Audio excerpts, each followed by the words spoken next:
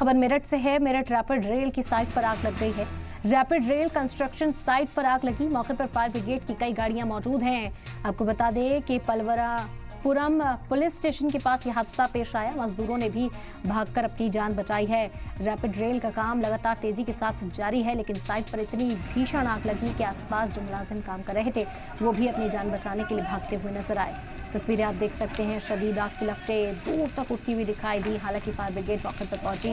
कड़ी मशक्कत का सामना करना पड़ा क्योंकि काफ़ी ऊंचाई पर ये आग लगी थी और उसे बुझाने के लिए यहाँ पर फायर फाइटर्स को काफ़ी कठिनाई हुई।